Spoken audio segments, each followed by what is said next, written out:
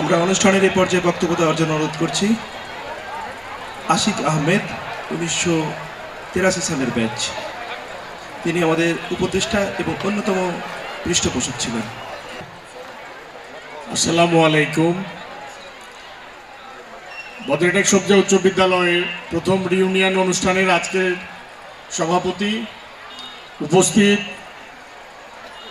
সম্মানিত রাজশাহী কলেজের অধ্যক্ষ এবং নারায়ণগঞ্জ মহিলা কলেজের অবসরপ্রাপ্ত অধ্যক্ষ, আমাদের স্কুলের প্রতিষ্ঠাকালীন দুইজন শিক্ষক জনাব মতিউর রহমান স্যার এবং নুরুদ্দিন স্যার, দুজনকে সহ উপস্থিত সকল গণ্যমান্য ব্যক্তি, আমার স্কুলের সহপাঠী, আমার সিনিয়র প্রাক্তন ছাত্র ভাই, বড় ভাই, ভাই বোন এবং ছোট ভাই বোন, সকলকে উদ্দেশ্যে আসসালামু আলাইকুম।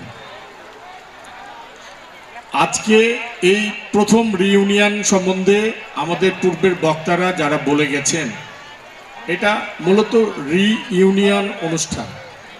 আমরা এই স্কুলে প্রাক্তন যত ছাত্র আমরা এখান থেকে লেখাপড়া করে বেরিয়েছি, কেউ আমাদের সর্বোচ্চ এসএসসি পাস কিংবা যারা মাঝপথে নানান প্রয়োজনে নানান কাজে লেখাপড়া সমাপ্ত করতে পারে নাই, তাদের সকলকে নিয়েই কিন্তু আজকের এই রিইউনিয়ন অনুষ্ঠান।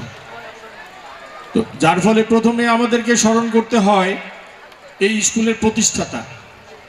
1965 সালে আমরা কাগজে কলমে দেখি যে আমাদের এখানে স্কুলটা প্রতিষ্ঠিত হয়েছে। আমাদের স্কুলের নাম বদ্রেটেক সবজা উচ্চ বিদ্যালয়। সবজা বিবি হচ্ছে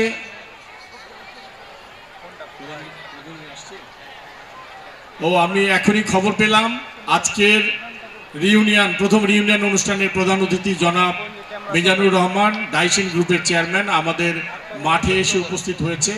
আমরা ওনাকে মঞ্চে স্বাগত জানাচ্ছি। যেটা বলছিলাম যে প্রতিষ্ঠাকালীন এই 65 সালে আমাদের বদ্রেটেক সবজা উচ্চ বিদ্যালয়, যার প্রতিষ্ঠাতার মায়ের নাম দ্যাট ইজ সবজা বিবি, এই সবজা বিবির নাম অনুসারে উনি দিয়েছিলেন সুলেমান মিয়া এবং তার বাবা জনাব ইউসুফ আলী। এবং তাকে কিন্তু নিজে নিজেই কেউ স্কুল প্রতিষ্ঠা করে দেয় না, সবসময় নানানভাবে কিন্তু স্থানীয় যারা গণ্যমান্য ব্যক্তি থাকে তাকে কিন্তু আগ্রহ দেখাতে হয়, তাকে কিন্তু উৎসাহিত করতে হয়, তারপরে হয়। তো সকলের প্রতি তারা সকলেই ইন্তেকাল করেছে, তাদের সকলের প্রতি কৃতজ্ঞতা জানাই যে এই স্কুলটা প্রতিষ্ঠাতা হয়েছে। যেমনি শিক্ষক মণ্ডলীরা আমাদেরকে প্রথম থেকে আমাদেরকে এই স্কুলে লেখাপড়ার জন্য সহযোগিতা করেছেন, তেমনি আমাদের এই প্রতিষ্ঠাকালীন সময়ে যে সকল গণ্যমান্য ব্যক্তিসহ স্কুল প্রতিষ্ঠাতা পরিবার আমাদেরকে এই স্কুলের মাধ্যমে শিক্ষা অর্জন করার জন্য আমাদের সুযোগ করে দিয়েছে, তাদের প্রতি আমরা শ্রদ্ধা এবং কৃতজ্ঞতা জানাই। আমাদের রিউনিয়নের প্রথম দিকেই যারা উদ্যোক্তা সকলেই এই স্কুলের মেধাবী এবং সেরা ছাত্র ছিল। তারা ঢাকায় বসে এই বদ্রেটেক গ্রাম বা ভোলাহাট উপজেলা, রাজশাহী এবং সারা দেশের এবং বিদেশেও ছড়িয়ে ছিটিয়ে থাকা ছাত্রদের সাথে প্রথমে যোগাযোগ করে এবং যোগাযোগ করার পরে তারা উদ্যোগ নেয় যে এই রিউনিয়ন অনুষ্ঠানটা হবে। আমাকে প্রথমেই জানায় যে এরকম একটা রিউনিয়ন অনুষ্ঠান হতে যাচ্ছে, আপনাদের সহযোগিতা প্রয়োজন। আমরা হাত বাড়িয়ে সর্বাত্মকভাবে সকলের সর্বাত্মক সহযোগিতা প্রদান করার জন্য এগিয়ে আসি এবং প্রথম মিটিং থেকে শেষ মিটিং পর্যন্ত সব সময় তাদের পাশে ছিলাম এবং যার ফলে আমি বলবো যে সকলের সহযোগিতা আমরা এটা কিন্তু পেয়েছি। স্কুলের প্রত্যেকটা ছাত্র এই অনুষ্ঠানটা আয়োজনের জন্য খুবই উৎসাহ বোধ করেছে, খুবই আগ্রহ দেখিয়েছে এবং সকলের প্রতি আমরা কৃতজ্ঞ।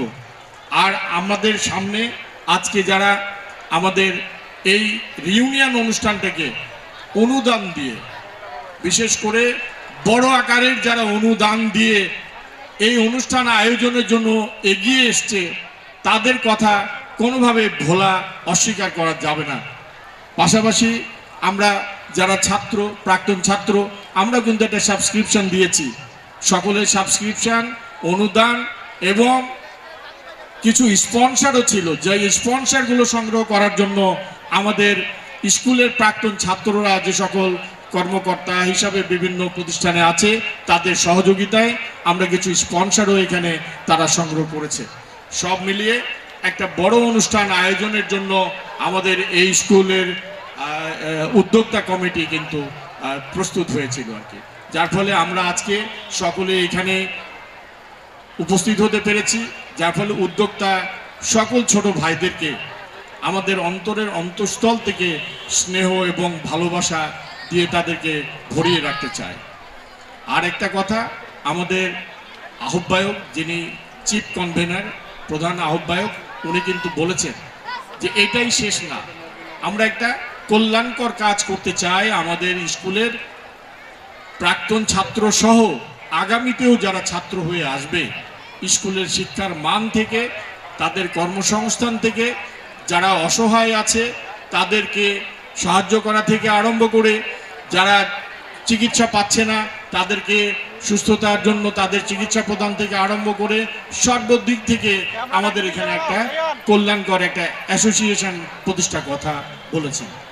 আমিও একমত প্রকাশ করে সকলের কাছে আবেদন জানাচ্ছি যে আমাদের একটা এক্স স্টুডেন্ট ক্লাব বা এক্স স্টুডেন্ট অ্যাসোসিয়েশন বা যেটাই হোক, এরকম একটা নামের একটা প্রতিষ্ঠান হওয়া খুব জরুরি দরকার।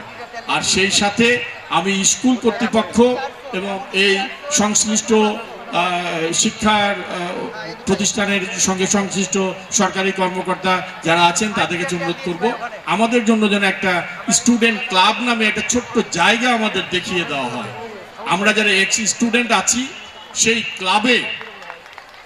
ক্লাবে আমরা আমাদের নিজেদের অর্থায়নে আমরা একটা ছোট ঘর করে নিব। আমরা যখন যে এখানে আসি, আমাদের স্কুলের ক্লাসের রুমে বা অডিটোরিয়ামে বা বিভিন্ন জায়গায় প্রোগ্রাম হবে, কিন্তু আমরা ওই ক্লাব ঘরে যেন আমরা বসে আমাদের কার্যক্রমগুলো করতে পারি। এবং এটা এখানে একটা কমিটির একটা থাকা খুব প্রয়োজন, যেটা বাৎসরিক বা 2 বছর পর পর কমিটির একটা নির্বাচিতভাবে প্রতিনিধির মাধ্যমে এই কমিটিটা পরিচালিত হবে। সেই সাথে স্কুলের যে ম্যানেজিং কমিটি তৈরি হয়, সেই ম্যানেজিং কমিটিতে আমাদের এক্স স্টুডেন্ট অ্যাসোসিয়েশনের যে কমিটি থাকে, মিনিমাম 2 জন প্রতিনিধিকে যেন সেই ম্যানেজিং কমিটিতে অন্তর্ভুক্ত করা হয়। এই ম্যানেজিং কমিটি এই এক্স স্টুডেন্টদের মাধ্যমে আমি মনে করি আরও বেগবান হবে, এখানে লেখাপড়ার মান উন্নত হবে, এখানে ছাত্র শিক্ষকদের মধ্যে যে তাদের সমন্বয়, তাদের যে সম্পর্ক, এটা বৃদ্ধি পাবে। পাশাপাশি এই শিক্ষকদের প্রশিক্ষণের ব্যবস্থাও করতে পারবে। দরকার হলে আমাদের এখন তো সব কিছুতেই আমি তো প্রায় শুনি যে ভাই রাজশাহী চলে গেছি, কেন? কই লেখাপড়া হয় না।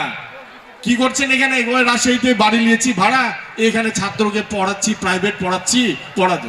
রাজশাহীতে যাওয়ার দরকার নেই। দরকার হলে আমরা রাজশাহী থেকে বা ঢাকা থেকে আমরা ভালো শিক্ষক, যারা নামকরা শিক্ষক, তাদেরকে 2 মাস 3 মাসের জন্য আমরা এই এসএসসি পাশের পরীক্ষার আগে বা জেএসসি পরীক্ষার আগে তাদেরকে এখানে নিয়ে এসে ব্যবস্থা করতে পারবো, যদি আমরা অর্গানাইজ থাকি। আমাদের শেষ লক্ষ্যটা কি? স্কুলের ফলাফল।